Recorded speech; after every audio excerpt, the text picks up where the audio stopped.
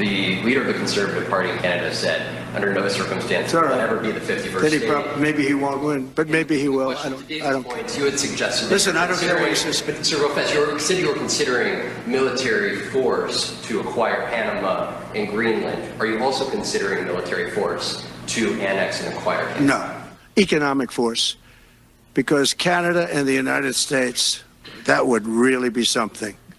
You get rid of that artificially drawn line, and you take a look at what that looks like, and it would also be much better for national security. Don't forget, we basically protect Canada. Clint, calm down. He's just trolling. I don't think so. I don't think so. All right, so about a month ago, Donald Trump started to talk very aggressively about bringing in the Panama Canal, and militarily, if so. And look, that one's unique because the United States government and the American people expended tremendous resources and blood. I mean, tons of people died to build that canal. And then inexplicably, we gifted it to Panama after, dumping all these resources into it. So that one's unique. I will say, I think that there is a claim to the canal itself based off of property rights, I think. I think there could be an argument made. I don't see any argument to be had that Canada is, in fact, our property and that we can take it against the will of the Canadian people. Now, if the Canadian people want to vote to become part of America, that would be different. And fortunately, Donald Trump did clarify, no, he does not intend to use military force in order to make Canada the 51st state. However, he did say that he's prepared to apply economic pressure to make that happen. That is concerning. That is not something I'm interested in. I don't know if you noticed, but while there are a tremendous amount of base Canadians, and I do not mean to rope all of you into this label, but on the whole have a voting record that's much more similar to California than it is to Florida or Texas, or So I don't really want to have them voting and having power over my life. Do you? Probably not. Would the resources be nice? Sure, of course. On a national level, I'm sure it would be a positive to have the oil and gas that comes out of Canada to be part of America. However, I think that the downsides far outweigh the upsides, and I think that these are the flailing, lashing out of a dying empire that I've been so fearful of, and I am honestly shocked that Donald Trump is pushing for this. I know I have a decent amount of Trump supporters that are in my audience. I'm sure many of you will be upset with me saying this. I don't care. I think I'm right. I think that this is totally wrong-headed, and I do not understand the rationale. Additionally, today, he said that he's interested in turning the Gulf of Mexico into the Gulf of America and labeling it as such. He also wants to make Mexico, apparently, part of the United States, along with Greenland. This is all, in my estimation, a precursor to defense or the waging of a world war against the BRICS alliance, primarily Russia and China, who are the military mights of the BRICS alliance. That's what it looks like to me. It concerns me greatly, and I do not understand what's happening. So I'll be patient. I'll try and keep an open mind here, but I'm just being straight with you. I think that this is crazy. We're $36 trillion in debt. We'll hit $37 trillion in a matter of months, undoubtedly, given the trajectory that we're on. And I think that this is just totally reckless. We need to get our own house in order, and it's a huge mistake to be focusing on empire building, which is what this is.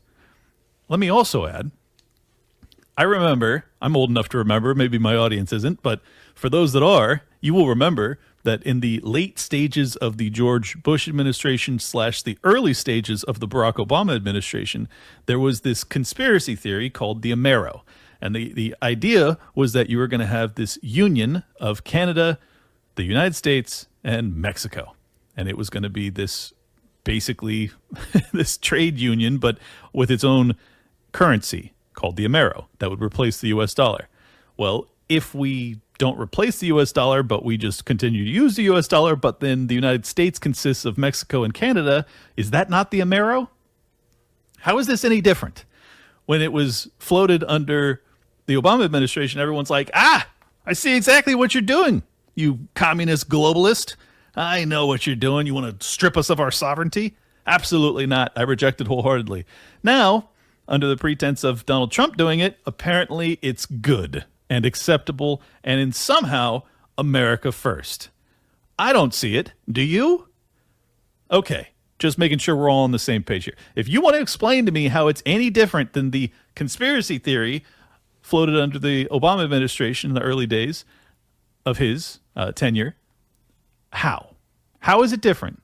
And how is it good now? Okay. If you can give me an answer to that, I'm all ears. Because I don't see it. And I think that it's very, very dangerous. And I think that this is doomed to fail ultimately. And I went from believing that this was a troll and he was just trying to probably apply pressure to get Trudeau to resign, to now he's talking about how the incoming administration, we're not sure who that's going to be at this point, but they're saying that they also reject it. Of course they would. And he's saying, well, maybe he won't win then. He's talking about Polivier. I don't know how to pronounce his name. Sorry, Canada. I don't speak French. Okay. But yeah, he's rejecting it too. And Trump goes, well, maybe he won't win then.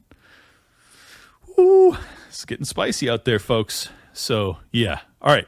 I want to get into a little bit about the Shawn Ryan interview, which I've been covering extensively. I also have an incredible interview with Alex Svetsky where we go deep into what is special about America, what's special about Western civilization. Is it worth defending? Can libertarianism do so? And if it can, why has it failed so far to do so? I think it's going to be a very controversial episode. That's okay, whatever. I definitely go on a few rants against libertarians. Let me just start off by saying, look, this is not directed at all of you. Okay, so if it doesn't apply to you, don't take it personally. If it does apply to you, well, then think about the critique I'm levying. And if you think it's misguided or unfair, respond. I read all of my comments. Drop it in the comments. Tell me why I'm wrong. I would love to hear it. But we'll get into that in a second. And it's a fantastic conversation. I want to talk a little bit more about the Shawn Ryan interview.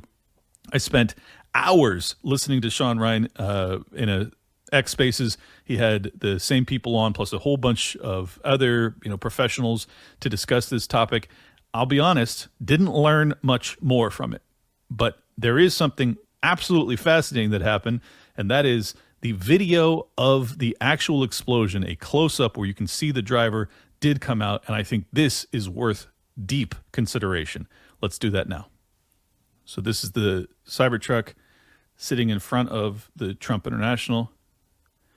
And it looks as if his head actually turns at the last second. You can see it there. See how his head's turning? You can see his ear actually turning. Okay.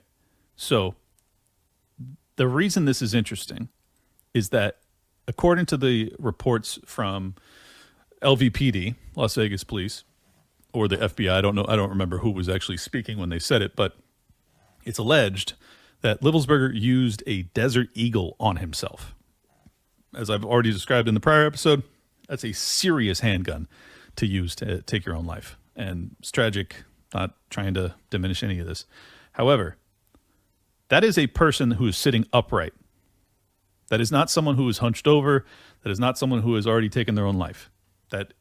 Assuming it's a person and not a dummy, which would be whole another layer of conspiracy consideration if that's the case. But it appears to be a person, and it appears that their head turns at the last second. But it does not appear that there is a firearm being used.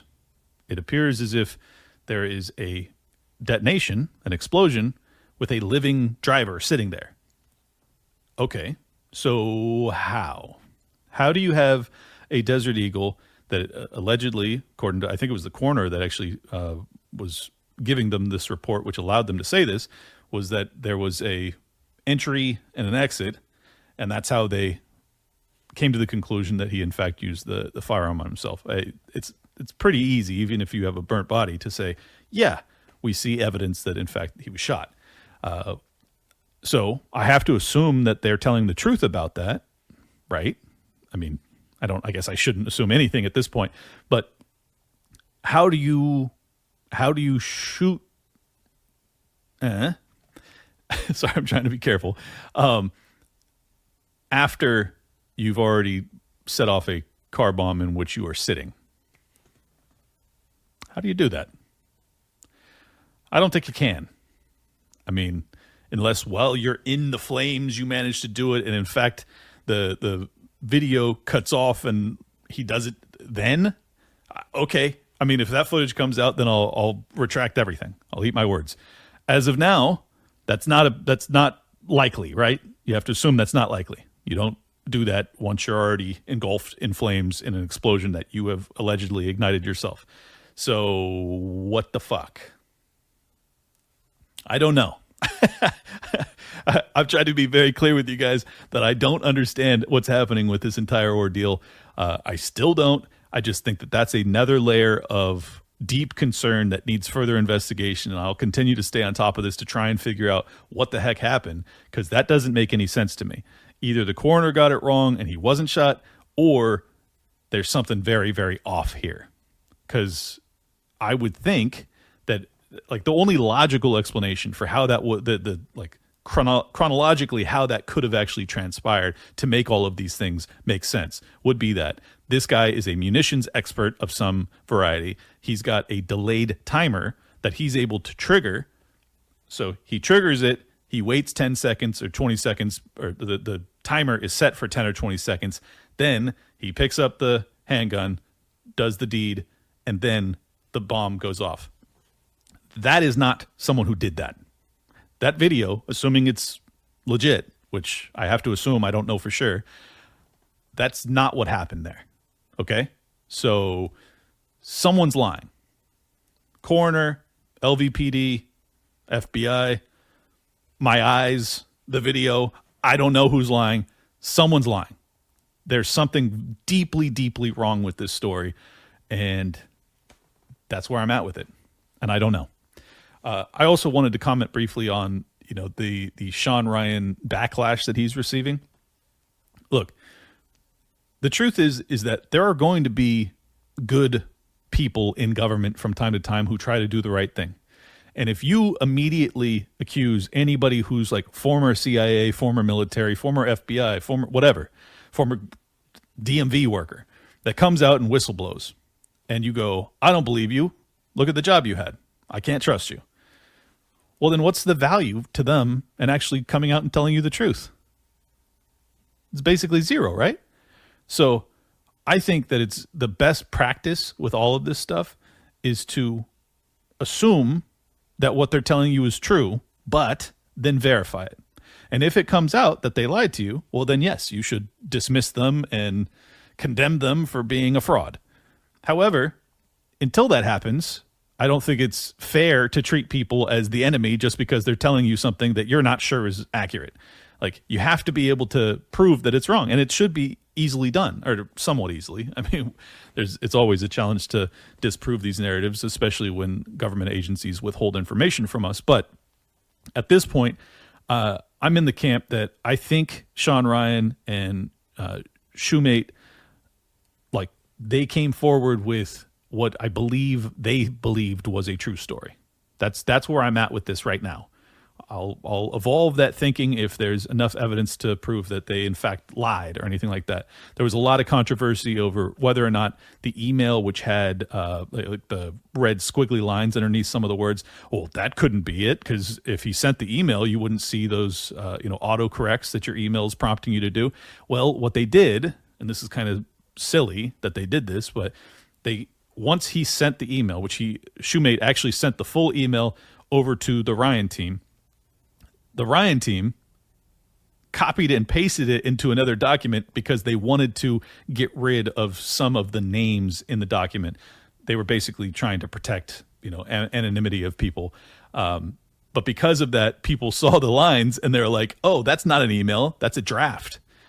In some ways they were right, but it was just a misread. It was a misunderstanding. So a lot of people assume that, oh, this was a doctored email from Shoemate. Not the case. I do believe that the email was sent. I believe that the email was real. I'm not 100% convinced that it was sent by Livelsberger, but I do believe that it was sent to a bunch of different people because Livelsberger was trying to get this message out to people, assuming it was Livelsberger. Someone was trying to get this message out to these people, okay? So at this junction, I don't think that Shoemate or Ryan are lying. I think that they may be being used. That is always a possibility. They could be being used to undermine both his credibility, but also to just sow confusion about this story. That's a distinct possibility. I don't know, though. I don't know for sure, or it actually did come from Livelsberger, and this dude either had real insight into what was going on, or he had lost his mind. Those are like the two real options at this point. And I'm not sure which. So I'm sorry I can't give you additional clarity at this point. I promise you I am still reading and watching and following this as closely as possible, because I do think it's a very important story. But I do want to say, I think that the focus, while the Vegas story is extraordinarily interesting and certainly important, I think that in some ways it has overshined the New Orleans story, which is unfortunate, because if you recall when I had Steve Friend on, what we were talking about is that he believes, and I think he's probably right, that in fact this guy was on the radar, as is usually the case, and he was probably actually being assisted in creating these devices that were inoperable, these IEDs that did not actually detonate. And then he went rogue. That's what Steve Friend thought was likely. If that's the case, well, then that's the real story that we ought to be locked in like a laser on, because that's a very dangerous practice that the FBI has been utilizing, and it doesn't seem as if they have any concerns over criminal liability for these actions. And if it's true, if our assumption is true, that in fact they were assisting him in building these devices, even though they were inoperable, well, you have to also be held responsible for the actions of this guy who you're leading down this path so that you can pad your records in terms of stopping terrorism, because guess what? You didn't stop him. He killed 15 people and injured countless more. So you need to be held responsible for that if that's what happened. So I think that's the just other final note I wanted to make at this point, is that needs to be answered. If this guy was in fact being assisted by your people because you're on some mission to get additional numbers in your anti-terrorism stats, well, you fucked up big time. And I think criminally so. So we need further disclosure and further openness and honesty about what transpired, and to not only be focused on the Las Vegas story, because I think the New Orleans one actually may be more egregious. After all, no one aside from Livelsberger perished in the explosion in Las Vegas. There are a lot of innocent people whose lives were taken in Louisiana. So I just wanted to reorient. Well, the more tantalizing story seems to be the Las Vegas one. I think the more important story could be, in some ways, because of all of the innocents lost, the New Orleans story. Anyways, that's my current perspective on all these things. I just wanted to say it is an honor and a privilege to talk to you guys every week, and I really do appreciate you supporting the show. Again, if you want to support my work, at Liberty Lockpod on X. If you subscribe there, I'll follow you back, libertylockdown.locals.com. Or if you're broke, God bless, I totally understand. Please, first off, go down the entrepreneurial path and get rich. Kidding.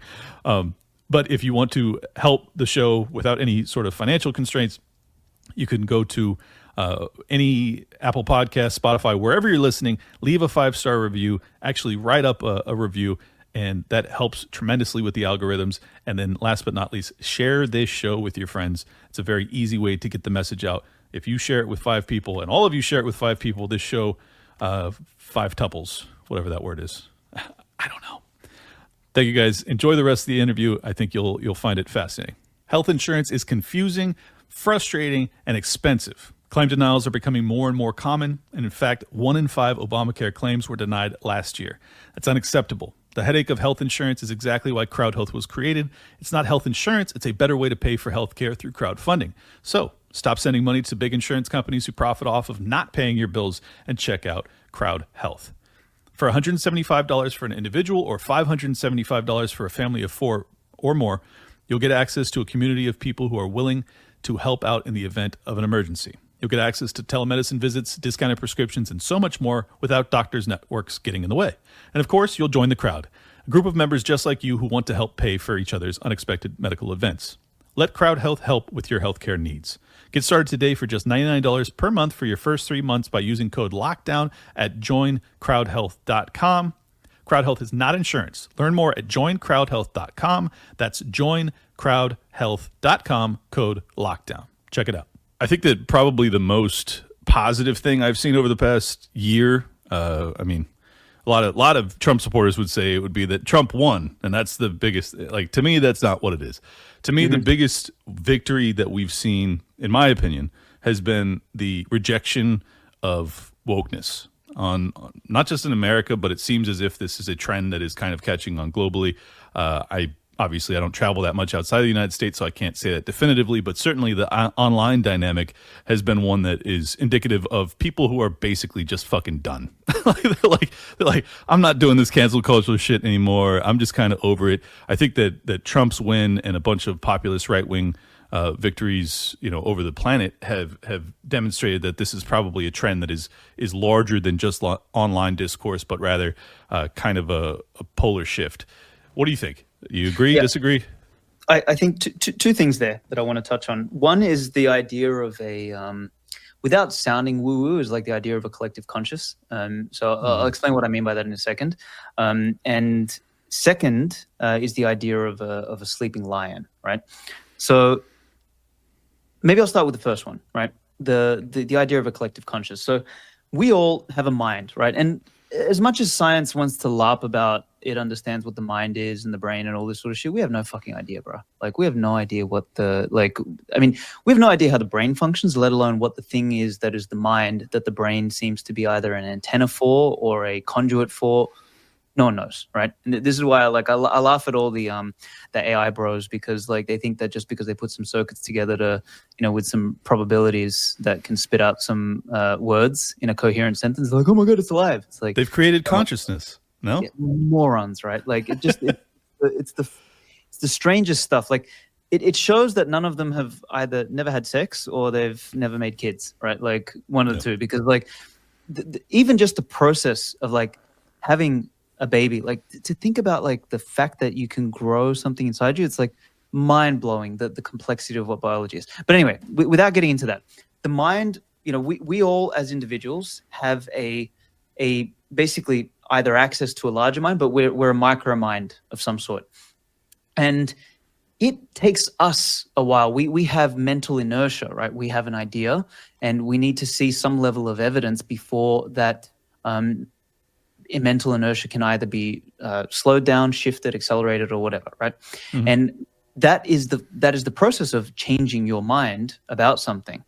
And you need a mixture of experience, you need a mixture of emotion, you need a mixture of reading, you need a mixture of study, you need a mixture of all of these things to do that.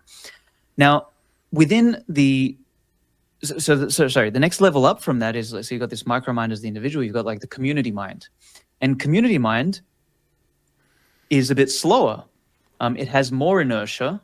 It takes longer to shift it, but it's a larger sort of mind. And this is why people within the same community have sort of this like-mindedness, like valuedness, right? Is like that we're a people, we're an ethnos, we're a group or a community. And that obviously grows larger and larger, to sort of like the idea of a nation. And the fundamental concept of a nation means natio. It means like a relationship. It means kin, right? We've forgotten that, and I think as also boy have we've totally forgotten it. And I think also libertarianism is somewhat to blame for this, because it's so sort of against the state, and kind of thrown the baby out with the bathwater, right? It's like the nation itself is a construct to help protect, honor, and preserve the natio, the people who are related by blood, by ethnos, by something like that, right? That's the function of it.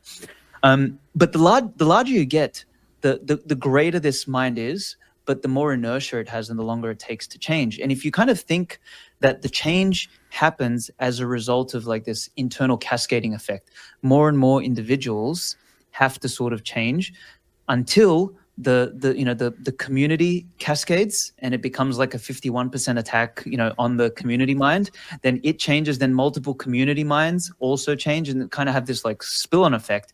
And I think to a large degree what you're describing about this rejection of wokeness is that the global consciousness or the global mind was operating from a fundamentally leftist paradigm for the last fucking 50 years, basically, since the end of World War II. And something over the last probably decade has been brewing, maybe even longer, has been brewing, which has been this shift back to, call it the right, call it truth, call it reality, call it whatever. And it's taken a while. And we as individual minds can get very frustrated, right? Because for the big, even the community mind and particularly the global mind, it takes a while for the fucking thing to catch up. Like, we might have figured this shit out and been like, okay, look, this is bullshit, that's gaslighting, blah blah blah blah blah. But the big global mind needed to kind of achieve a 51% realization of this so that the cascade effect can happen. So, right. Long way of saying, I think that is either in the we're either in the process of a cascade, or we've reached some sort of critical level where this kind of thinking has occurred. Where the 51% attack is possible. Yeah, let me just interject real quick, because a lot of people, particularly those that are more right-leaning and independently minded, never bought this, and they were appalled and frustrated from the early days of wokeness taking hold. But I will say that was overt wokeness. That was when they started to actually name straight white men as the enemy, and it was like, oh, whoa, this is obviously fucked up. Like, if you weren't totally Borg minded, you identified instantaneously that was evil. And I have absolutely no mercy for anybody that ever knelt to that ever just thought like, yeah, that's fine. Sure, like, people that looked like me or had my gender eons ago committed atrocities against someone that looked like you eons ago, and therefore it's my turn at the whipping post. Like, what a fucking pussy way of looking at life. What an absurd collectivist way of looking at life. So setting that aside, I will say, though, there was a much more, I guess, understated wokeness that existed in speaking as an American, in American civilization, that was not really addressed. And I think this is what you were talking about, that it was kind of this leftist paradigm that existed post-World War II. And I would take that all the way back. I mean, certainly affirmative action, but I would take that all the way back to the Civil Rights Act. And this is also, libertarians, some are on board with me on this and others aren't. But I think that was really the moment that we started to give out special treatment to people based off of immutable characteristics in the name of, alleviating ills of people with special characteristics. So it's been a long time coming, but I do believe that 51% attack is now possible, if you will. It is. And the thing is, this ties into the second part that I wanted to say about Western man and a sleeping lion, is that Western man is quite unique. So I'm in obviously, I think all of us are in a bunch of different Telegram groups, but I'm in one which is, with a bunch of right-wing dudes, and there's a guy in there who's like a total, like, those like never-ending fucking doomers. Like, he just sits there and just like posts, he just doom posts all day, right? Boy, like, do I. Yes, I know those types. Yeah, like, the fucking demographics are coming to an end, running out of energy, fucking the stock market's going to crash, everything's coming to an end. I told you Trump was a psyop. See, Elon was a psyop. Like, fucking all this, like, bro, shut the fuck up. Like, you know what I mean? Like, these kind of people could never recognize a win if it fucking slapped them in the face, right? Right. And the thing is, this guy's actually not a Westerner. He's like some Bengali dude or whatever the fuck he is. And it's just funny to me. He basically, you can sort of sense this, like, he almost wet dreams about the West collapsing, like, or America failing. Like, he kind of frames himself as based and like anti-woke and all this sort of shit, but like he's almost like somewhere in between of this person who just wants everything to fucking crumble, just almost so he can be proven right that, yes, see, you bunch of fucking white guys are a bunch of fags or some shit like that, whatever it is.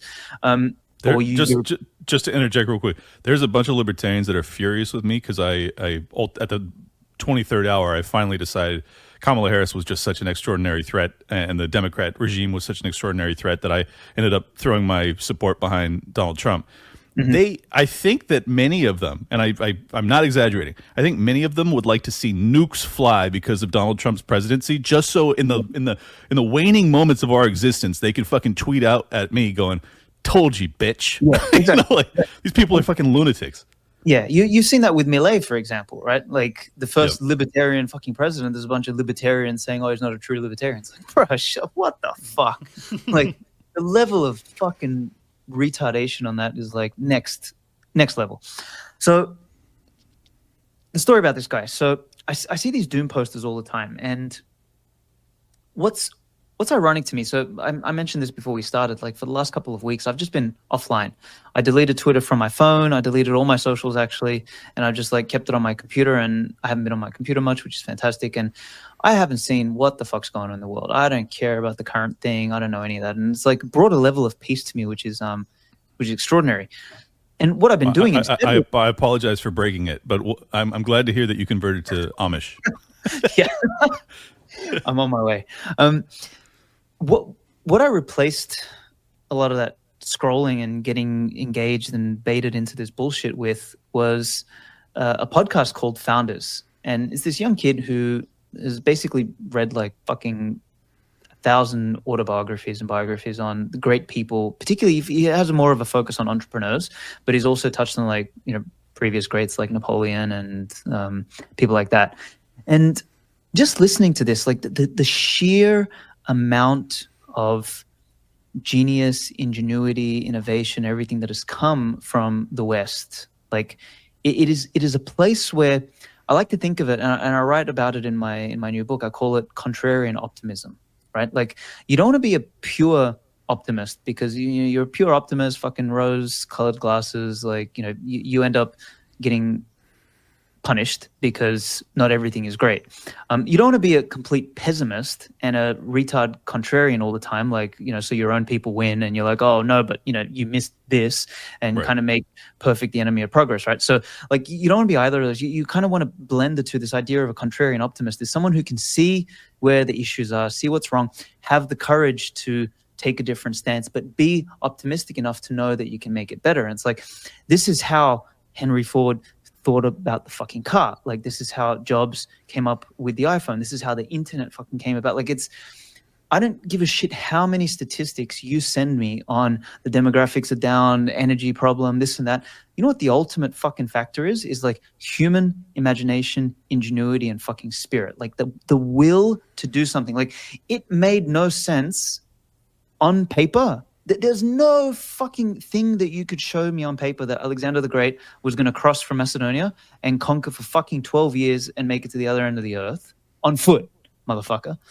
Like none of that made sense.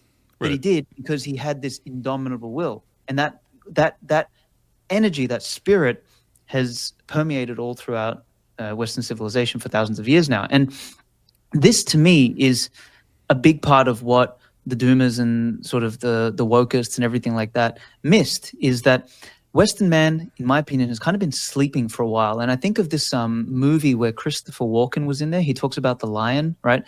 I don't know if you've ever seen it. It's like this clip where he says, you got this lion and he's there relaxing, and his cubs and everything start nipping at his feet, and his wife comes and starts like giving him shit, nipping at his feet and everything, and he doesn't move, he just sits there relaxing, etc.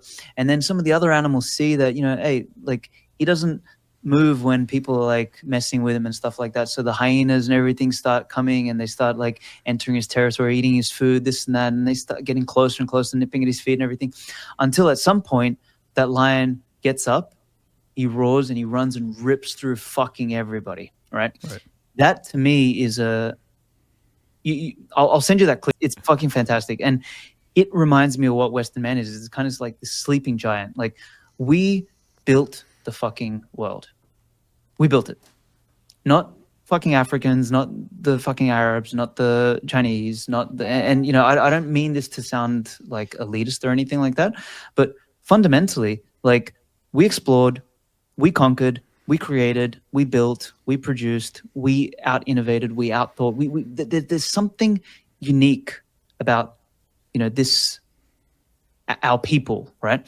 And for the last... The natio.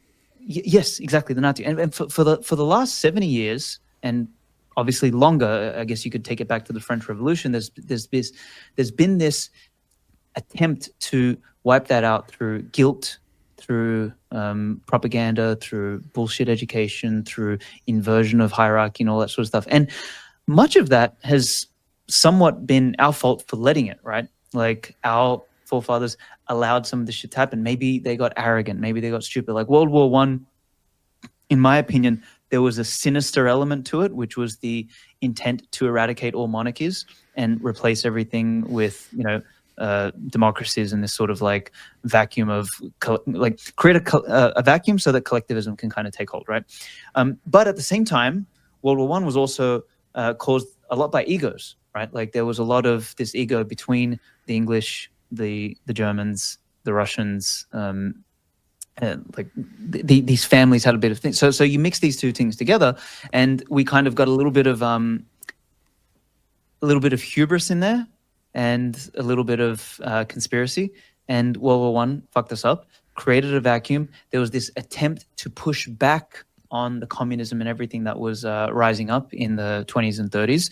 World War II occurs, wipes out the last generation of strong men, and leaves an entire vacuum for the sort of the feminization and the leftization, the liberalization of Western man. And Right. we sort of go through this period of multiple generations of weakening, where the lion sort of falls asleep because he's rich, he's wealthy, he thinks he's found like a new plateau with democracy and all this sort of shit.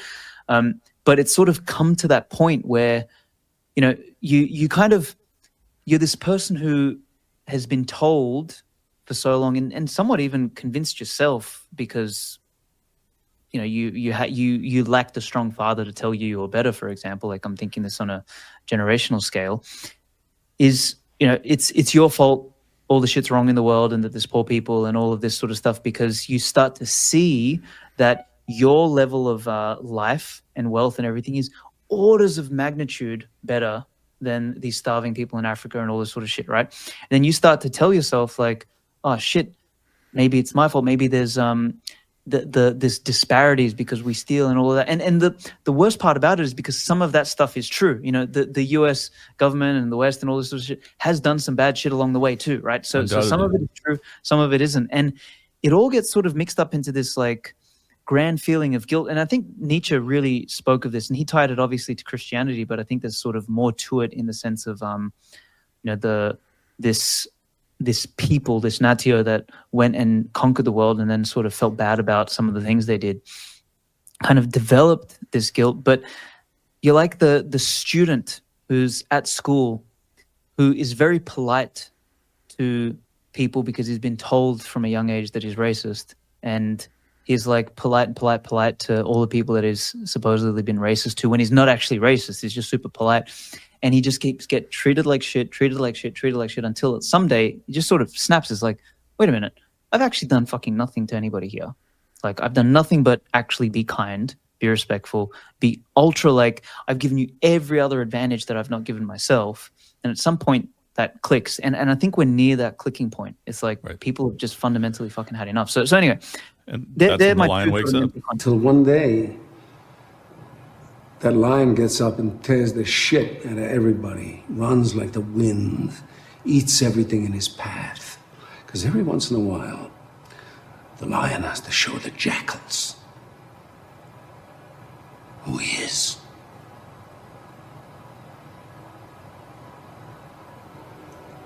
It's too late to be scared. It's time to kill. That's definitely interesting, and I think I agree with almost all of it. I'm very concerned, however, about what that sleeping lion does when it wakes up. And I think this is why I've been very outspoken against wokeness for a very long time, because I recognize that risk, because I felt it in myself, and I never really said this out loud. So I'm just going to say it. Like the level of abuse that straight white men were languishing under, particularly for the past decade in the United States, I felt in myself a desire to punch, to get up and fight. And like, that's not really in my nature. I'm a very peaceful person, but I was like, this is abuse. This is unjust. This is wrong. I've done nothing wrong. Why are you treating me like this? So when I'm feeling that way, and then I'm starting to think like, well, all of these people that look like this are taking this approach to people that look like me, it starts to breed identitarianism, which is why then I saw this rise of Nick Fuentes and, you know, the Tate brothers and things of that nature. And I was like, this is all predictable. This makes perfect sense to me, because I was like, if I was not a 40-year-old, but a 20-year-old, and I was having this realization, I would be totally driven to follow in these guys' footsteps. Like, it would be incredibly compelling. It's like a warm embrace when I've been just getting slapped every turn. And it's like, what does that movement become?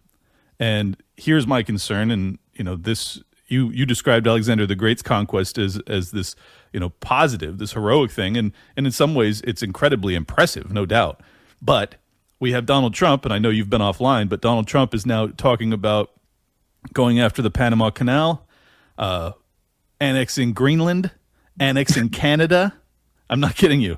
This is all true. Really? And I'm not exaggerating at all. Like, a lot of people say that his posts about it are trolls.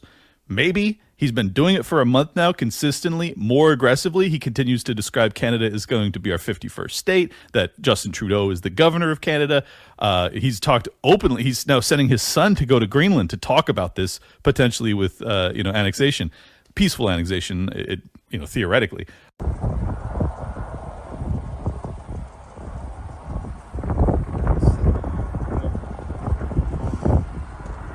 It's ours. We're going to be changing, sort of the opposite of Biden, where he's closing everything up, essentially getting rid of $50 to $60 trillion worth of assets. We're going to be changing the name of the Gulf of Mexico to the Gulf of America, which has a beautiful ring that covers a lot of territory. The Gulf of America, what a beautiful name. And it's appropriate. It's appropriate. And Mexico has to stop allowing millions of people to pour into our country. They can stop them. And we're going to put very serious tariffs on Mexico and Canada. And I guess I wouldn't really be in terrible opposition to peaceful annexation if they want to become a territory a la Puerto Rico or something. But let's be honest, we have a fuck ton of problems in this country, and I'm not really interested in bringing in Canadians who have allowed Justin Trudeau to ruin their lives. So it's complicated, and it ultimately could lead to further war. And I also fear that all of those territories are a precursor to a wider war against China and Russia, because if you're concerned about the Panama Canal, that tells me that you think that the Chinese are going to try and cut it off, because they're probably the only power that has the capacity to do so, or maybe Russia. If you're interested in Canada, it's clearly concerns about the Russians, because that's where their subs come through. And it's like, yeah, this all just seems like precursor to war. Anyways, I'm way off track on this rant. But I think that's what concerns me, is that the young man who has been abused, that when he wakes up and says, I'm done being fucked with, I'm done being abused, oftentimes his response is to go out and abuse the shit out of a lot of other people. And if you funnel that energy into a wider war, which I think that the federal government would love to do, that could be bad. So sorry for the long rant. No. It's that's basically what happened in World War II.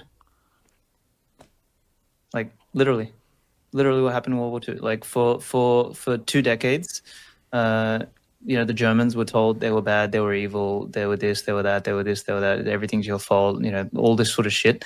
And that created a desire to step up and say no. And that people don't know the details about this, but I mean, the punishment that the German people, I mean, not the leadership, but the people of Germany, what they suffered after World War I was extraordinary. To expect them to just like become good it's so detached from any like expectation of any other people. Like if you were to just be like, yeah, we're going to drive you into poverty and put you into debt that you'll never be able to repay, and you just have to accept a subpar standard of living because of what your grandfather did. Like no one's gonna accept that. So again, not to justify what they went on to do, but just to say, like, it makes sense that you're going to create a really bad dynamic. And I think that's exactly what I'm describing here, is my fear about where the young people of America, particularly young white men, are headed today. Yeah. It's like Good point. I hadn't been. I guess I hadn't been online and seeing a lot of this stuff. But when you sort of like war game that out, it does kind of tend in that direction. It is a tricky thing though altogether, because one might argue that, hey, if we are at a turning point in America, for example, and America sort of stands as both a place and a symbol, as sort of the last stand of the West, maybe going and doing these things might be necessary in order to stem, like, because we don't know how much of this woke movement, for example, is being funded by China or wherever the fucking commies are hiding and all this sort of stuff, right? So it's like there may be strategic moves, and I don't know. There's no way you and I are ever going to be privy to what the actual details are here anyway. But I wonder. There's a very, very, very tricky balance between another round of, sort of like the last great, population of straight white men is sort of like on the precipice of being sent off to get slaughtered again. Bingo. And what does that do? Like if World War I and World War II brought us wokeness, and you sort of have this pushback, and then you wipe them out, what does that end up leading you to? Like wokeness squared? I don't know. Oh no, I'll tell you what it leads to. It leads to being conquered. I think that it means America falls to whoever the next global, empire is. My guess would be China, but I can't say definitively, or some confluence of different big powers like the BRICS alliance, like whatever. That's what I'm nervous about, man. I think that if you do purge this kind of last generation of people that have kind of kept this country afloat, well, you're in a lot of fucking trouble at that point. And I think we're already in a lot of trouble because our reproduction rates are through the floor, testosterone rates are through the floor, marriage and childbearing. It's like it's all evidence of a society that's in decline. I guess the fortunate thing is that this is occurring in the vast majority of countries all over the world.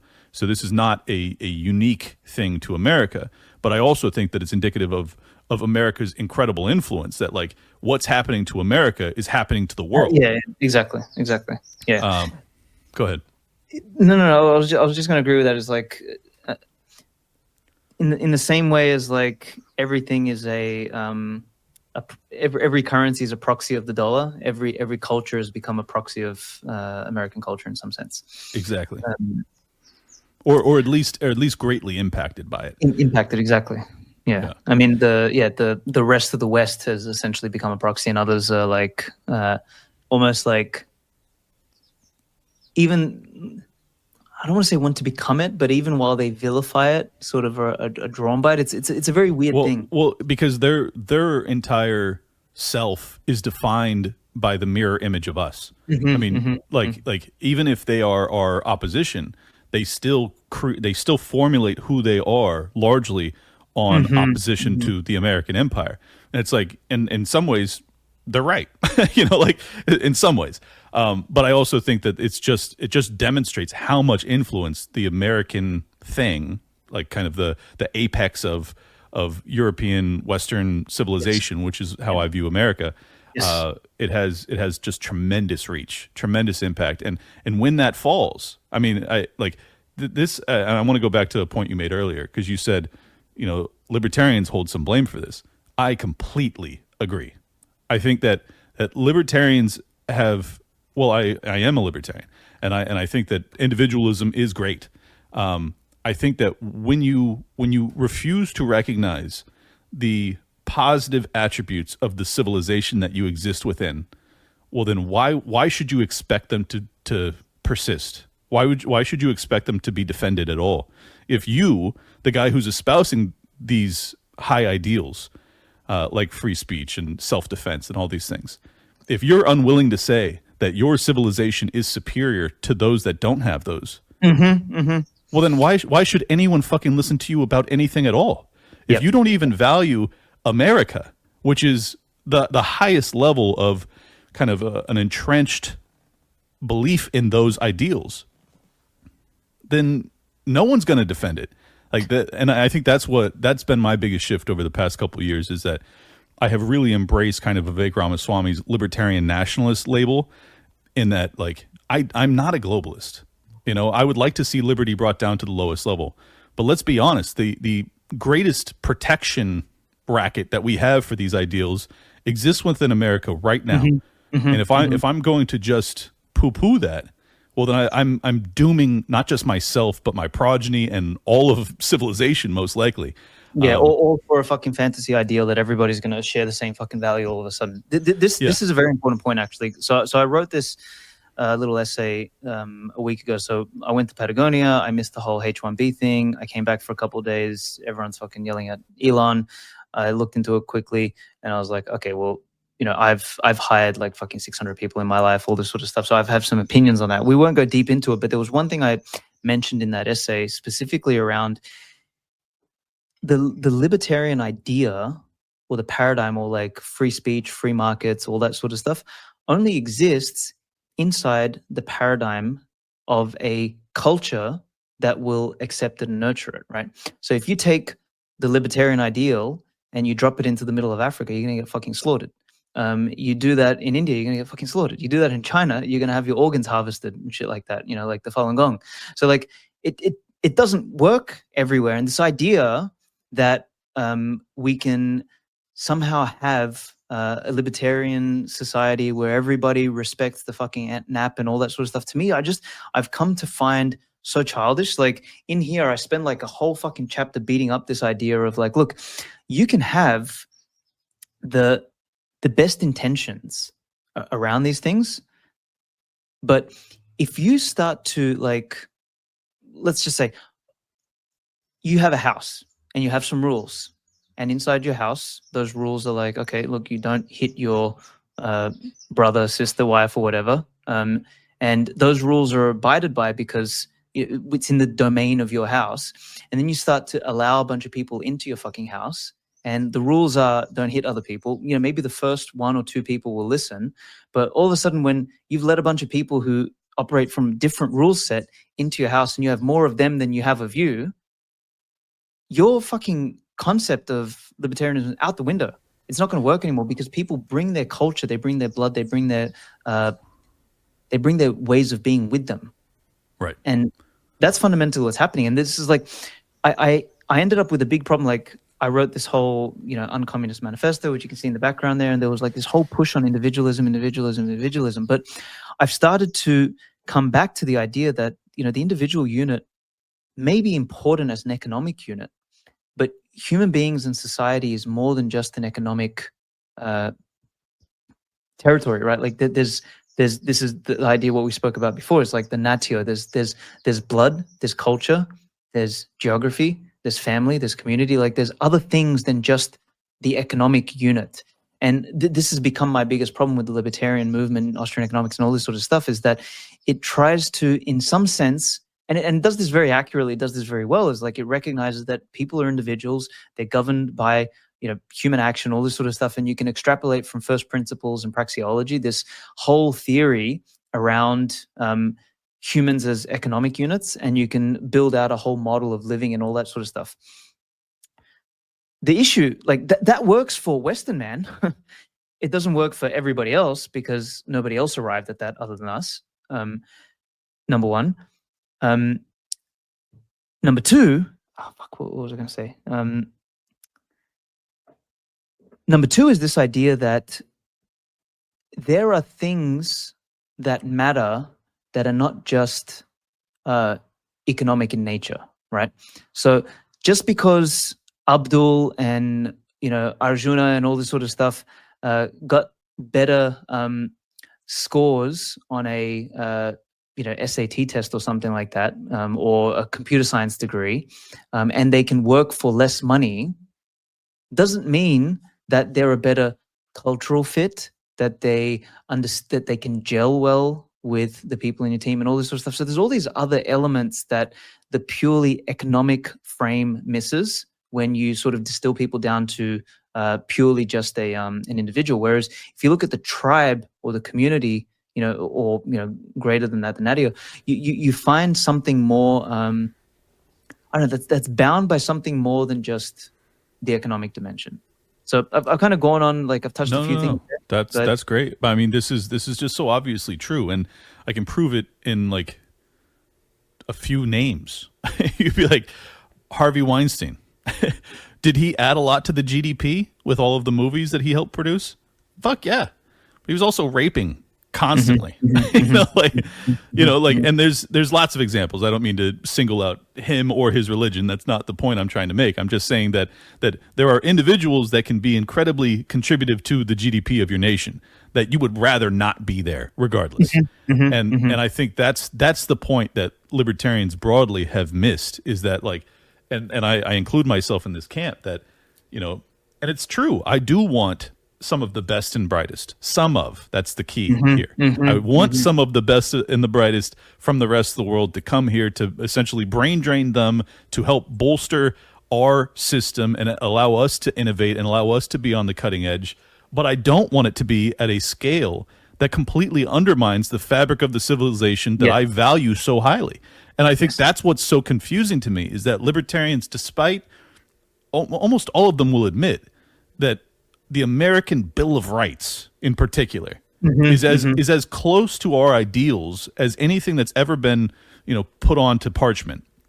But yet they still are appalled if you talk about America as being anything special at all. And I'm not saying the more right-leaning libertarians. This is more of a left-leaning libertarian dynamic. But let me tell you, that has been truly, deeply bothersome to me. That they genuinely come across as if they despise America. Like, for instance, during the immigration debate, which we'll get into in a second, they often will talk about, and they'll emphasize that illegal immigrants commit violent crimes at a rate lower than the domestic population, and therefore they are better than us. Like, that is kind of what they're saying with it. But also, the reality is that if you don't have those people here, well, their violent crime rate in America is 0. Okay.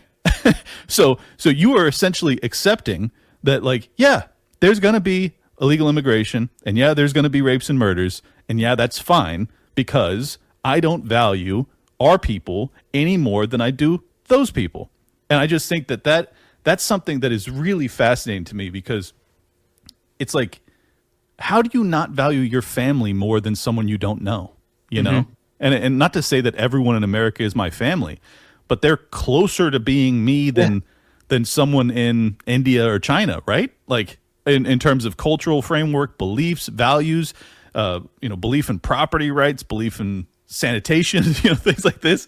It's like are we just going to pretend as if reality doesn't exist? Because it seems as if many of them would like to do that. Sorry, that was a wild rant, but you get the point. No, it's exactly on point. Like, I mean, I always find this funny, is I've been building businesses for many years in tech and out of tech and all this sort of stuff. And there's always this, it's fundamentally known that you hire first for cultural fit and for skills later. It's known, any business leader will tell you the same fucking thing, right? And they'll all say that. They'll go blue in the face telling you hire for cultural fit. If you're a good entrepreneur, not a woke one. Exactly, yeah. So you hire for cultural fit first, and then do you know what? Even the woke ones know this. This is the strange part, right? Is they'll sit there and they'll tell you that you hire for cultural fit first because skills can be taught, attitude and culture cannot, right? But at the same time, they will pretend like the culture that you come from doesn't count. Like they will define culture as some weird fucking thing about how you like to work, for example. No, culture is way more than that, right? And if you think about that in a business context, then you sort of extrapolate it out to a cultural or societal context. If you want to have some sort of cohesion internally, you need to have a cultural establishment. And I mean, I come from Australia originally, and Australia is another one of these places that is like guilty about what they did to the Aboriginals, and like every time they give any fucking talk or anything like that. I remember growing up in school, like the teachers would get up and the first thing they'd do is like they'd apologize for taking the land of the Aboriginals fucking 200 years ago. And I'm like, even me, I'd just be sitting there listening to this, like, what the fuck is going on here? Like as a 10-year-old kid. And Dude, just real quick, in third grade, or I think it was fourth grade actually, the entire year was dedicated. I swear to you, it was dedicated to Native Americans and what happened with the Native Americans. And I was like, look, I'll grant, yeah, not awesome, especially when you slaughter people, but like, am I really supposed to hold guilt for that? Like 200 years later, I'm just some kid that was born on this landmass. Like, I certainly didn't participate in this. Why are we harping on this so aggressively? And might I add, if their civilization was so great, well then why are they now conquered by ours? Like, and Totally. this is another thing that libertarians don't like to talk about, because these were warriors, by the way. These are not like some, they weren't sitting around smoking the peace pipe 24/7 like I was taught about in fourth grade. Like, they lost despite being warriors, and it's like, so it's kind of, they believed in might makes right. Well, they lost via the sword too. That's kind of how it goes sometimes. But it's like, it's not like any of these cultures were fucking peaceful. It's like, this idea that we were the first ones that came along and were violent is like dumb exactly. shit. Yes, like, exactly. And the funny thing is, like, we probably have the longest history of fighting amongst each other first before going elsewhere. And we kind of like honed that skill set to a large degree, and then we're able to export it. But Australia is like this multicultural hotspot, and there's been this talk about like assimilation for decades there, and it never worked. Like, Australia now is like basically overrun by Middle Easterners and Asians. The native Australian population is like dwindling, and they're the ones that are least likely to have kids, and all this sort of stuff is like Sydney and Melbourne don't look like you're in Australia anymore. Like they look completely different. And the reason behind that is assimilation does not work. When you import people purely as a function of economic rationale, it's like, okay, they can work here, and you ignore the cultural fit, you will turn your country into what you're importing, basically. So Australia is looking more and more and more like China, and Canada is looking more and more like India, as opposed to it maintaining its. Let me put it this way: of all the countries that have done this right, the UAE is like the only place that's done this right. They have, I think it's 14% of the population of the UAE is actual Emiratis. It's fuck all. Like, it's basically nothing. But the Emiratis are the only ones allowed to vote, allowed to organize, allowed to assemble, and you cannot get naturalized in UAE. So if I go and I live there, I can live there for fucking 50 years if I want. I will not become a citizen. So they've kind of mastered this balance of, hey, it's open. It's practically open to everybody. If you are a person of skill and great intellect or whatever, you have this residency status. If you're a person of no fucking skill and you've come from like the slums, Africa, or whatever the case is, and you want an opportunity, we'll let you, but you have this status. But neither of you fuckers get to vote and dictate what happens in our country, right? And I just ever exactly. I find that so so interesting. Like, even if you go and have a kid there, your kid is not Emirati. Like, there's no born naturalization. There's none of that sort of stuff. And I find that really interesting. Now, I don't think I'm not necessarily suggesting America does exactly the same thing, but it would be great if it does. But there's something there about like treating your own people better first, and then like treating your state, your territory, your region, the place where you live more like your home. Like, you actually get that sense when you go. I don't know if you've ever been to Dubai, but it almost feels like you're entering someone else's home. Like, they're very courteous, they're very polite, but you know that if you do something that is outside of their specific rules. Like, you know, they don't jail you, none of that sort of stuff. They're like, put you on a fucking flight and they send you out. They're like, okay, don't come back. That's it. They're like, you broke the rules, you're gone. Yeah, well, I mean, and that's what America does not do. And additionally, we are being robbed. This is the other thing that drives me crazy about the open borders libertarians is that, like, after I did the research and I realized what was happening, it's like, oh, yeah, we're being robbed via taxation. And I'm doing all of this argumentation in libertarian framework. Being robbed via taxation to then fund the United Nations, which then funds these NGOs, which then assists with the immigration flood into our country. So I'm literally being robbed to fund my own invasion. And you're going to tell me that that's fucking cool with you, libertarian? Really? Like the original funding source for this transit is you, dude, against your will. Like, how could you not oppose that alongside me? But many of them won't. Or many of them will just deny that, you know, they'll say I'm conspiracy theorist. It's like, no, dude, there's fucking documents that prove all this out. Like, this is definitely happening. And might I add, the illegal immigration rate went from 300,000 to 500,000 up to 3 to 5 million annually. Like, you think that was organic? Honestly, do you? No, it wasn't. But another aspect of this that I find fascinating is, like, when you talk about whether or not the domestic population should have voting rights versus the immigrants. And it's like, well, from a libertarian framework, like, I only want people voting that will actually defend the Bill of Rights. Now, do I have any assurances that my fellow countrymen will do that at this junction? Fuck no, I don't. Many of them don't support gun rights and free speech. I mean, the Democrats are basically anti-libertarian at this point. But, like, if I had my druthers, would I prefer that only Republicans vote? Yeah, I would. Would I prefer that only American Republicans vote? Yeah, definitely. Like, does that get me exactly where I want to be? Does it exactly defend the Bill of Rights? Certainly not. And it probably ends up with war against Iran. But, you know, but, like, I'm just being honest about, like, the trade-offs here. And I just feel like many of them aren't. Like, they're just not willing to deal in reality. Like, the reality is, if you allow for, I mean, even from the government numbers, it's over 10 million, which from government math, it's probably 20 million throughout the Biden administration of illegal immigrants. I had I had Steve Friend on yesterday, and he said that he's got a buddy who's doing the research, and he thinks it's 30 to 40 million over the past 4 years.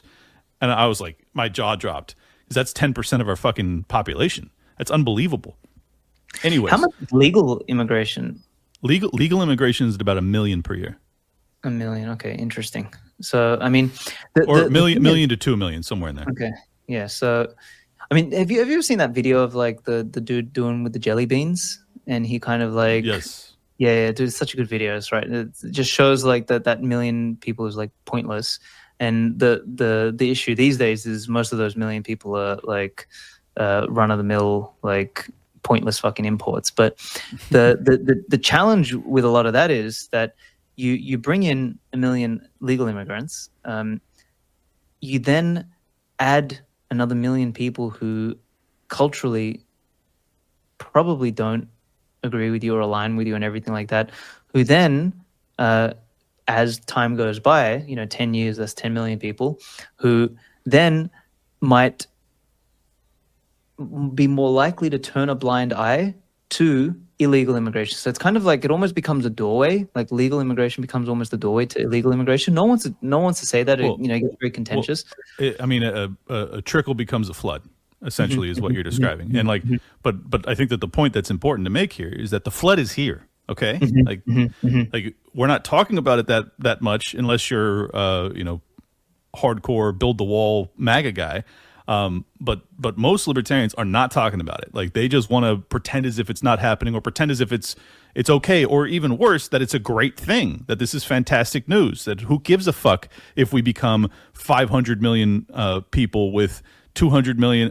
See, this is the dynamic that I really want to emphasize.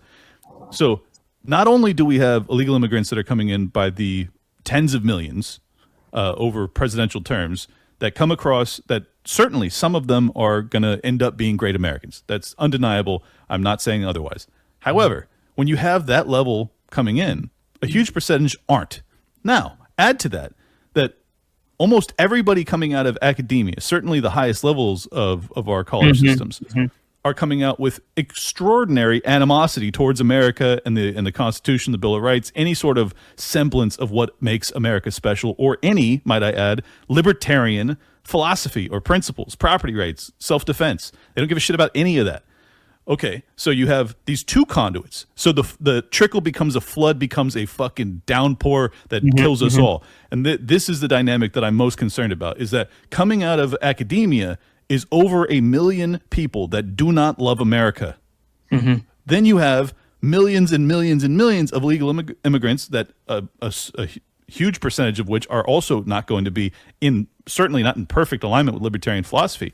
Well, when you put those two, factors together, that becomes a problem, like in the now. Inside. Yeah. Not in the distant future.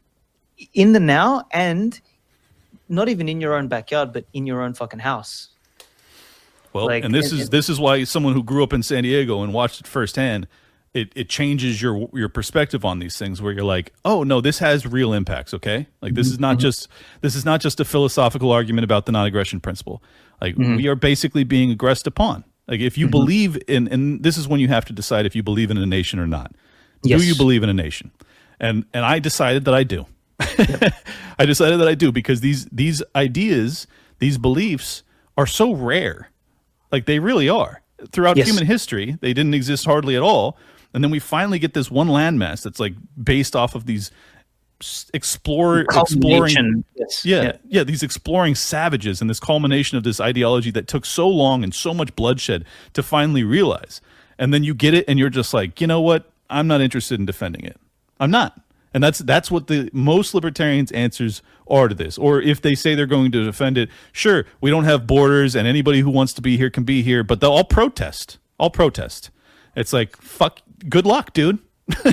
Good luck if you think you're gonna, or I'm gonna vote third party. That'll save us. No, the fuck it won't, dude. Oh, and by the way, you're never going to you're never going to use the Second Amendment ever. So let's just forget about that. You're lying. You're not ever going to do that. So you've just accepted your fate. But like, at least you get to go to the mat. At least you get to go to the grave, pretending as if you're more pure than Clint Russell or Dave Smith because we finally broke down and voted for Donald Trump.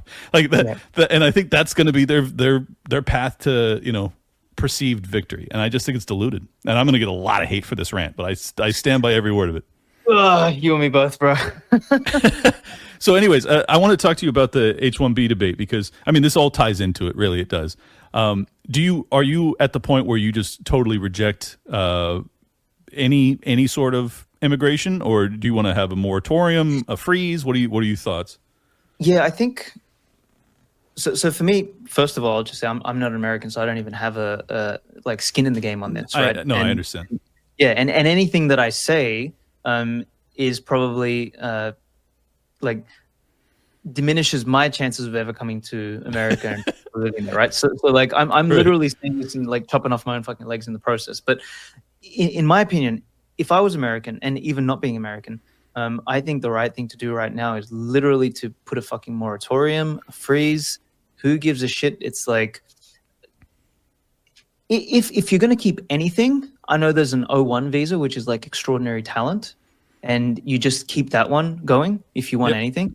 You just put a fucking flat out freeze on any new immigration for anything other than an O1, and you put those resources, put that energy, put that time into training your own fucking people, because once again, your duty as a nation state is to develop your own people. I mean, what's the unemployment rate in America now? What, 10%? Well, allegedly it's super low. They claim it's like 4%. Okay, horse shit, as we know. But right, even that is too high. 4% of 350 million people. What are we talking? That's like, well, what, it's not people? Yeah, it's not 4% of 350 million, because they only include in that those that are actually seeking work, because they manipulate the figures. So it's a relative. I mean, historically 4% is very good. So that's their perspective. But then when you include in that the fact that a lot of the people that are not unemployed are working multiple jobs. They're Uber driving, and they're doing all sorts of shit just to try and make ends meet, because this economy is not as good as they're advertising. So, I mean, in my opinion, the cultural capital or the intellectual capital exists in the country, I don't think there's any need, again, to, if you're not going to do an end of all immigration, moratorium to me sounds like the best next step, and then you reevaluate after that, after making the requirements even stricter, and maybe even like trying to close some of these loopholes where you increase the minimum wage of the H-1B, for example, so that way it's focused more on getting high quality people as opposed to just any run-of-the-mill person, all that sort of shit. Well, yeah, this is actually an idea that was floated. I forget who by, but basically they were saying, well, you should just artificially increase the wage. If you so if you're arguing that we simply do not have Americans that can do these jobs, well, then set the rate for the H-1B applicant at 50% above market value, and then if the tech guy still says we can't find an American to do this, well, then now they're proving it because their money's where their mouth is, right? And if they actually go, oh, never mind, we can find some American and train him how to do this, well, then you've proven that they were lying, that they were just doing this to suppress the wages and to get a deal. So I think look, this is all counter to my libertarian free market schooling, and I don't enjoy thinking about these things because it's very challenging, and I don't like having the state be able to dictate these aspects of our economy. But the reality is that my country has been invaded, okay, and like if I don't do some dramatic things to defend it, well, then it's ultimately going to be lost anyways. And I think that is kind of the realization that I had over the past 3 years once I really understood the illegal immigration rate and the fact that it was a globalist plot to give reparations based off of imperialism, which is what they say in the United Nations. This is what they talk about at the World Economic Forum. Like, this was not a fucking accident. They did this intentionally to give reparations to the third world for the, to offset the costs that they bore because of the actions of the Imperial West.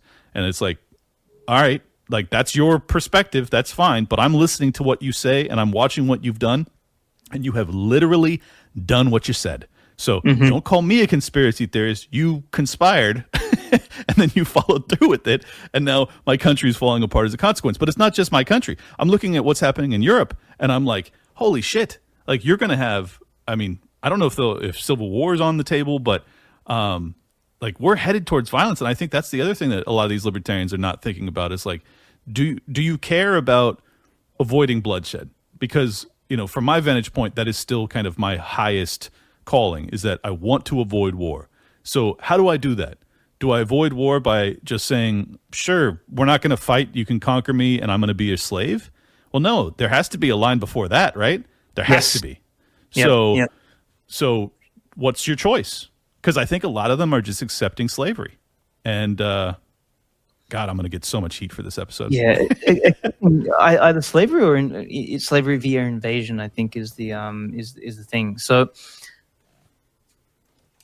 man, it's tricky. For me, the big realization was coming to terms with the fact that a territory and a people who live within that territory represent more than just a economic region. Like, and when you sort of like make that mental shift where, you can't just apply the straight up Austrian econ analysis to this, because people are just not as interchangeable, right?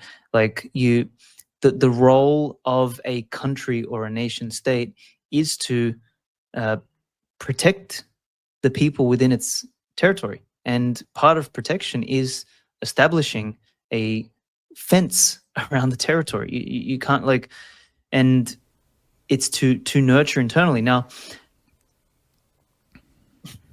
I mean, as you kind of said, it's like it's not fun to think about, because it like starts to warp your brain, because there's parts of you which are free market and all this sort of stuff, but there's just the reality of life, the reality of existence is that there's more to life than just the economic dimension. And if I had to sum it up like that, that's sort of where I'd bring it, is these things are tricky and they require more thought around the ethnos, the culture and the nation component of who you are, because there's an identity element there. It's not just about the economic output one can bring, irrespective of all the other things, because the other things are hard to measure, and it's never going to be possible to put them into a praxeological framework. So that's where I think. Well, and I mean, let's just be honest. Like, if you're going to just accept the framework that like whoever contributes the most to our GDP is now an American, and those that don't matter, well, then you're dooming a huge percentage of the population of your neighbors to an impoverished lifestyle. Like, and under the current governmental framework, they're not going to accept that. They're going to vote for whoever offers to take care of them, because you've created a system which made it very, very challenging for them to thrive. So I think that like you have to have some concern for the poor, the uneducated. And like, you cannot just have this Ayn Randian approach to these people where it's like, I just don't have any sympathy for you. You know, like, well, they're if you don't have any sympathy, guess what? They're not going to have any sympathy when they carjack you. You know, like, welcome to South Africa. And I think that is kind of where we're headed. And you see it with the homelessness crisis, and it's like people may vote Democrat, but they gleefully step over these homeless hordes that are in every major city in this country. When's the last time you've been to America?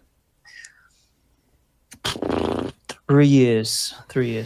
Yeah, well, 3 years ago is when it started to get really bad, but probably 4, 5. But dude, the homeless and drug addiction issue is pervasive. It's unbelievable. It really is. Anyways, I've kept you for an hour. Let's talk about your book a little bit. I mean, I'll keep it very brief. Like, the book is basically a discussion about. It's called The Bushido of Bitcoin. So like, this is what it looks like. It's a fucking 3-pound monster. Shout out to Jethro for what's it called, spurring us to do this talk again. It's been like a year since I had you on. It's been a while. I'm sure he's going to be fucking appalled that we didn't talk about Bitcoin for the whole first hour. But yeah, he's a legend.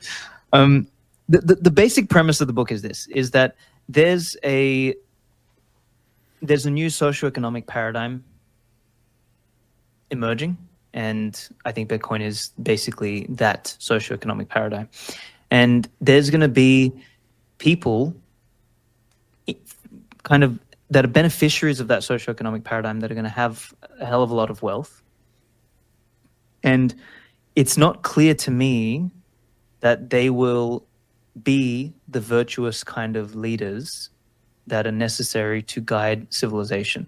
I do believe fundamentally that leadership is inherently important. Like, you need, like, since society started to kill all of its heroes and replace it with like rationalization and fucking philosophy and all this shit, we've actually decayed civilization. And what I mean by that is specifically most people, and when I say most people, I'm talking like 89% of people emulate others that they look up to, right? They act or they imitate. Like, we are, what's the word? It's not imitate, it's mimetic. We are mimetic creatures. Exactly. We ape the people that we admire, that we respect. In the abstract, rational, philosophical world that we've sort of found ourselves in, where everybody's now fucking in politics and all this sort of stuff, most people can't fucking make sense of shit. And they're very easily led astray because they don't have these great examples, these people of virtue, these heroes, for example, that we used to have. And what they end up doing is they end up voting themselves into slavery, into stupidity, into invasion, all this sort of stuff. This is sort of like what democracy does in a funny sense. So fortunately, it didn't happen to us here. So yeah, apparently. So my belief is that as the world continues to change over the coming decades, you're going to have this like socioeconomic paradigm shift, right? We live in the age of fiat at the moment. We're moving towards the age of Bitcoin. During that transition period, I kind of think of it as an interregnum. Like, there's a period where one falls and the other rises. But that interregnum is extremely, extremely messy because no one rule set fits, right? Yep. in the fiat paradigm, like if you want to get ahead, you want to be a fucking liar, cheat, steal, politic, parasite, do all that sort of stuff, get in central bank, etc. My instinct is that on a Bitcoin paradigm where you can't just print money to pay for your mistakes, etc., you are forced to operate differently, right, in order to win. And I believe that operation takes into account things like property rights, things like courage, justice, responsibility, excellence, all this sort of stuff. They're the things I believe will get rewarded.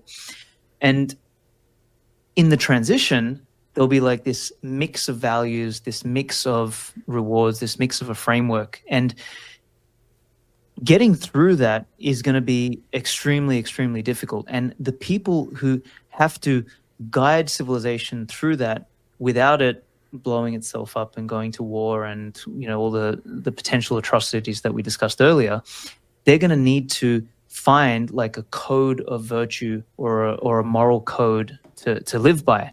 And this is sort of where the namesake of the book comes from. The concept of a Bushido, that the word means way of the warrior, or another way of saying it is like a code of conduct. And it emerged after it emerged for hundreds of years in Japan, in sort of the samurai culture. But after the last big unification battle, the samurai, who were the guardians of each of their territories, found themselves without a war to wage, right? So they had all these like principles that they went to war with, that they imbued into kind of like a moral code that then permeated the rest of their society.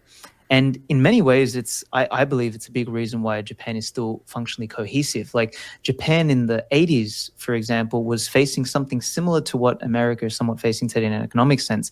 Yep. And they chose, instead of to open their borders and let everybody in, they chose to protect their people at the expense of their economy. So their economy suffered, economically they suffered, but their ethnos prospered.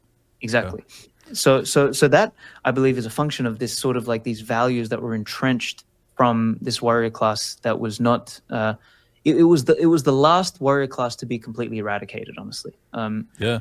Well, and just think about how, I mean, or I'll just say it for myself. Think about how cucked I was that like I used to view the Japanese decision to essentially accept stagflation, and I was like, look at these idiots, you know, like.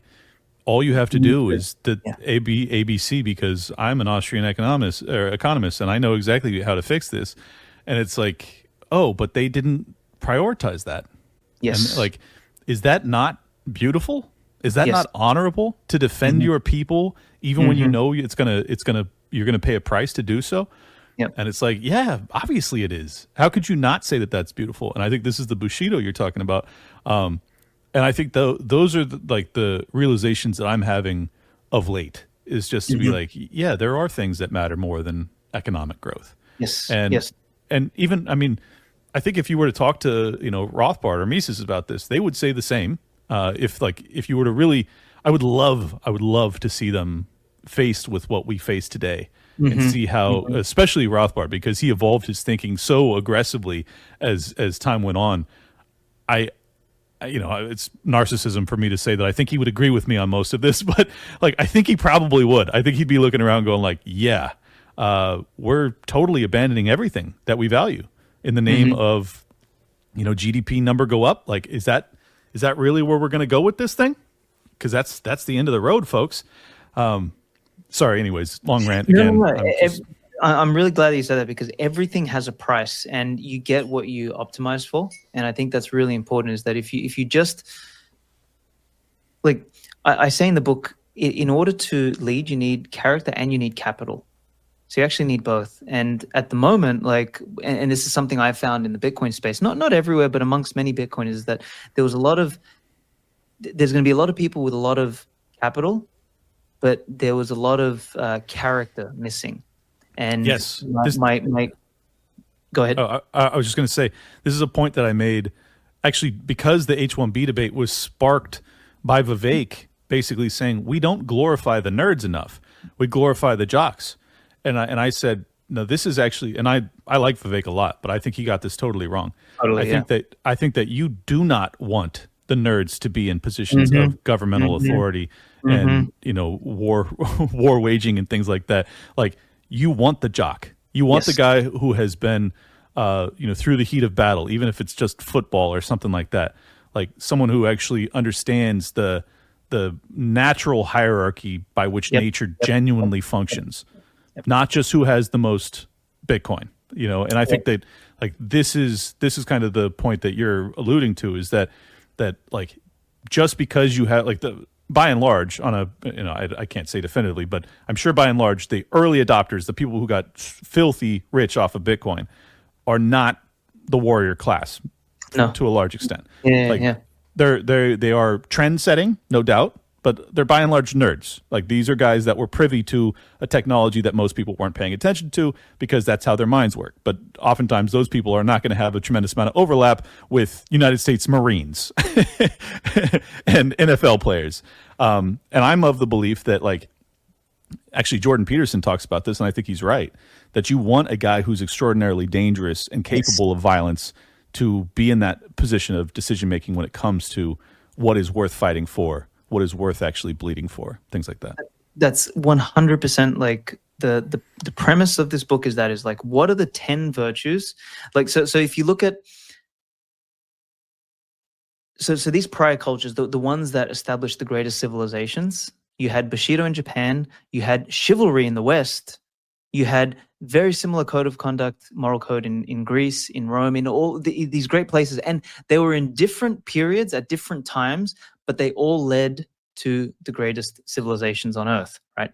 And my whole argument is that, okay, we need to start fucking right now establishing a code of virtue. So, and I specifically, like, originally I was calling the book a moral code, but I kind of went away from that. I was like, okay, if you want morality, go read the Bible or something like that. Like, I'm not here to preach to you about morality, but virtue sort of transcends belief and morality, in the sense that virtue is it's an act, it's a behavior. Or you can think of a virtue as sort of like this blend of principle and behavior, right? So it's not a value. Like, for example, freedom is something someone values.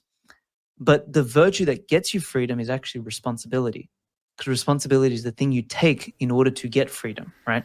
So and courage and self-sacrifice, yeah. Exactly, and that's the 10. So that's justice, courage, compassion, honor, integrity, responsibility, excellence, duty, respect, and self-control. That's the 10. So that's the 10 virtues. And these aren't Svetsky's fucking virtues. These aren't Satoshi Nakamoto's virtues. These are the virtues that have consistently come up in the greatest cultures that led to the greatest civilizations on Earth. These are Plato's virtues. These are the fucking timeless virtues. And the thing about these virtues is that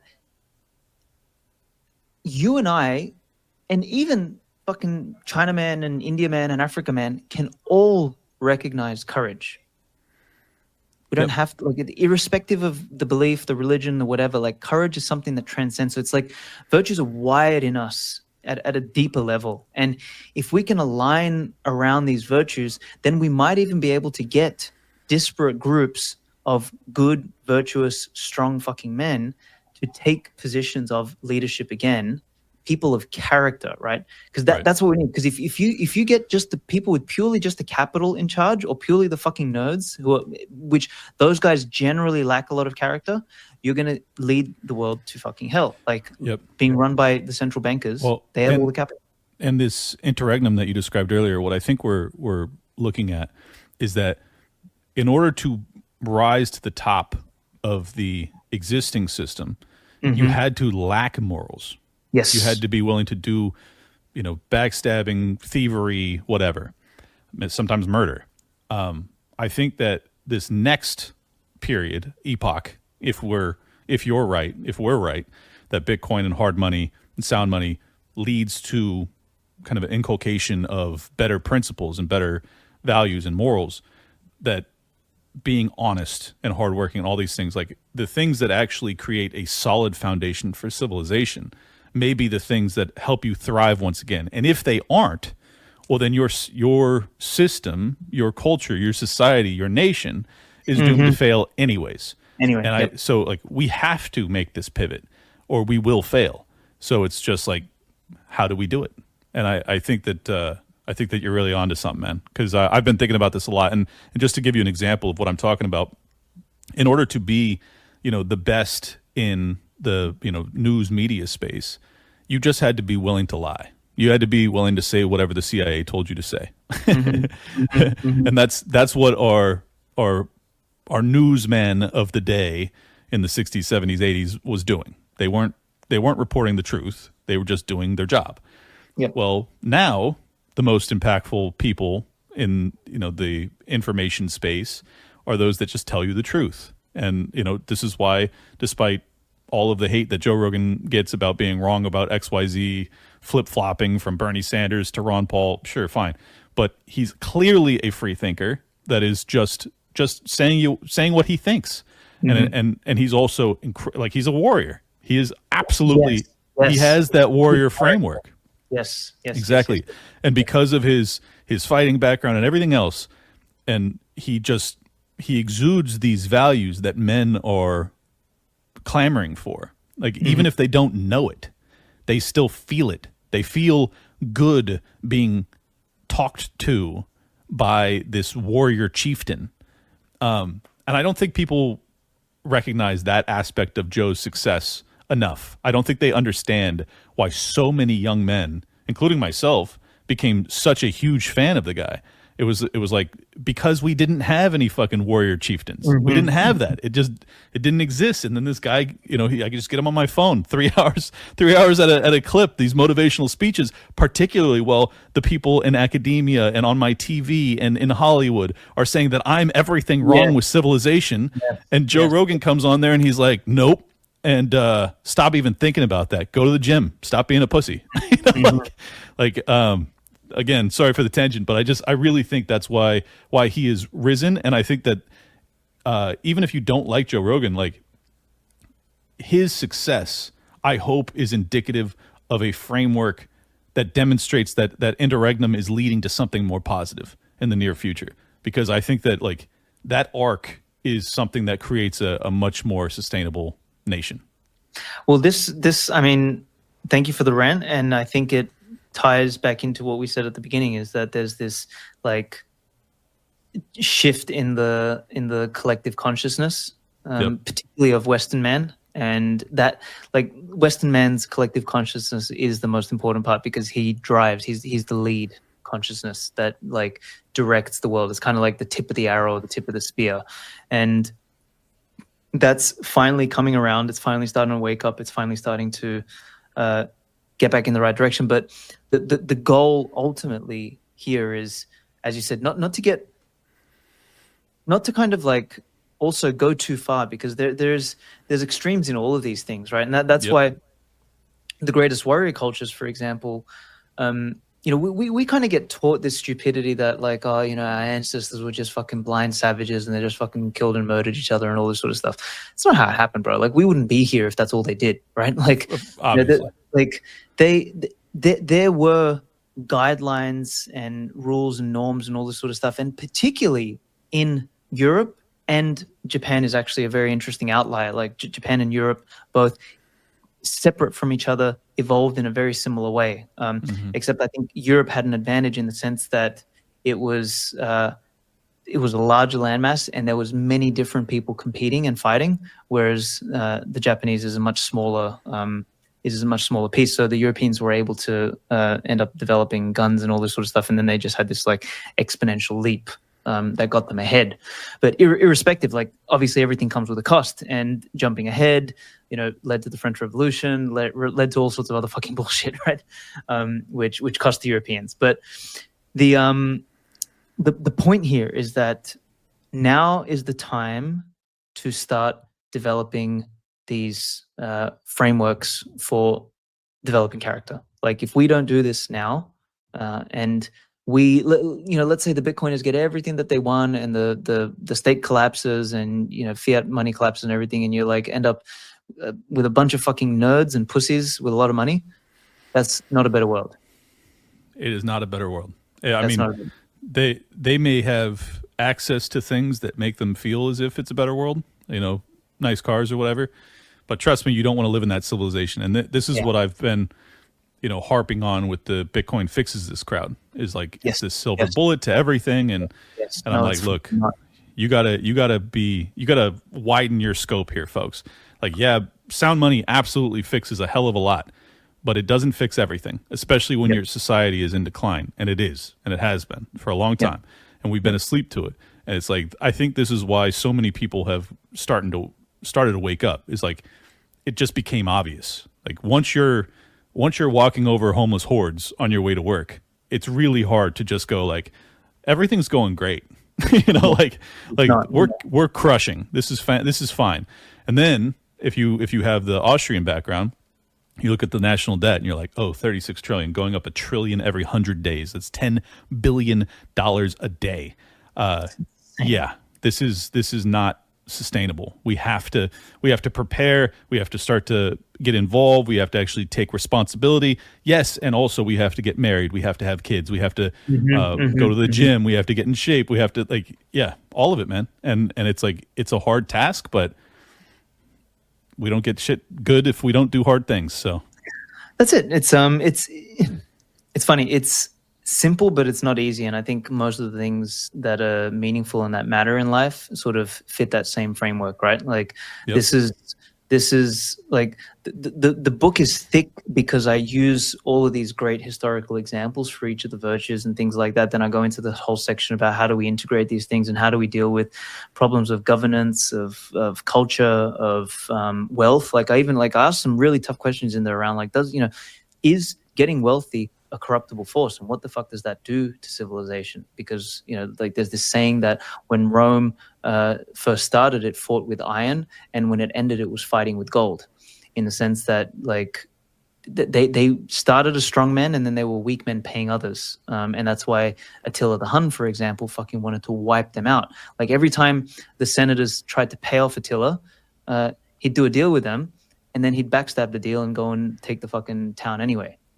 Because he knew that they were weak. He knew that they couldn't stop him. So they lost the vitality that made Rome great in the first place. And so this is like all this, tough questions that I grapple with in there. It's kind of like the H1B1 situation is basically what I grapple with for a third of the book, is like, fucking how do we deal with culture and economics and money and governance and territory and all this sort of stuff? And like, what do we do with all of that as the people who are going to come into a outsized amount of capital? And the only answer I could come to was to develop fucking character. And the only way to develop character is to instill particular virtues. And which virtues seem to make the most sense? Well, these ones that seem to be the ones that permeated the greatest cultures and the greatest civilizations. So that's sort of like the thematic I love it. essence of the book. So let me just add a little personal anecdote. Your question about whether or not wealth can create some sort of negative consequences in someone who's not functioning from a moral framework. Let me tell you, absolutely. I mean, just look at trust fund kids first and foremost. They end up being drug addicts, and some of them become pedophiles and all sorts of weird shit because they're just so fucked up. But also, like, I very fortunately, was raised into this kind of code of ethics, like hard work, self-sacrifice, be honest, tell the truth, like, all of the things that you've described. And like, once I found a pathway to entrepreneurial success and I became a millionaire a couple times over, and I was like, this is amazing. But then what I realized is, based off my ethical framework, that what I witnessed, particularly with the lockdowns coming and the diminishment of property rights, is that I could have continued on that path, but I would have been sacrificing and putting my investors' capital at risk. So I decided to shut down, and I started Liberty Lockdown, and I completely sacrificed a huge, annual income to become a podcaster. Like, crazy, right? And it is crazy. But it's because of that ethical framework that permitted me to do that. Like, if I didn't have that foundation, then once I got those first couple $1,000,000, I would have been like, I got to get more. I got to, sure, I'll lie, cheat, steal, whatever. Well, now I have I have the resources. I can hire an attorney. I can defend myself. I can get away with this shit. Because that's reality, is that most of this stuff, if you want to continue, once you have a war chest, I mean, just look at what the biggest corporations do to defend themselves. Totally. Once you have a war chest, you can get away with truly criminal behavior.